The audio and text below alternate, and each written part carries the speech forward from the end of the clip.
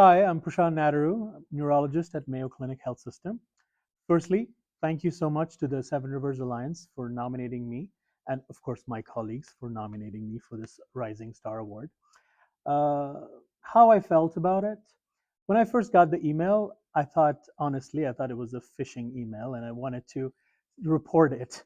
But then when I actually went through the email, I was like, oh, it's actually real. And that's when it hit me that I was being nominated for the award. So thank you so much for that. Why I think I was nominated for the award is because personally, for me, I have the philosophy that medicine and neurology should not just be confined to the hospitals and it should go out into the community. And that has been my motto that I've been practicing for the past 2 years here in La Crosse, where I've ventured out into the communities to try to spread information and educate our patients and also the general public about common neurological conditions like Parkinson's disease, stroke, or epilepsy. What I realized after I did this was a lot of people think of Parkinson's or several of the neurological conditions as a big stigma, as it's the end of life situation, like it's a death sentence, which is not true. That's something that I want to get rid of or bust the myth. In terms of volunteer activities that I've done, I've showed up at dairy breakfast with the farmers.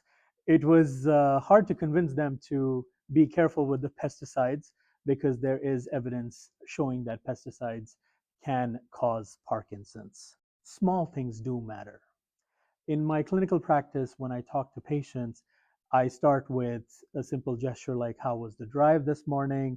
Because most of the times when they come to the clinic, everybody's stressed, they're freaking out, they're like, what is the doctor going to give me? Is it a terminal diagnosis or anything of that sort? I think it's important to calm the nerves before we get started because that also helps us in understanding what they're actually here for. At the end of the day, what was important to me is getting out there and educating our patients about the common myths that they have about several of the neurological conditions, which helps them understand the disease better, but also helps them to seek care earlier rather than waiting for the stage where we can't even intervene. And that is most important to me. So I try to blend humor and medicine together. To me, a smile, a handshake, or with our patients, and just spending that extra time to talk with them, to answer their questions, allay their fears, I think goes a long way than fancy medications and fancy interventions, etc.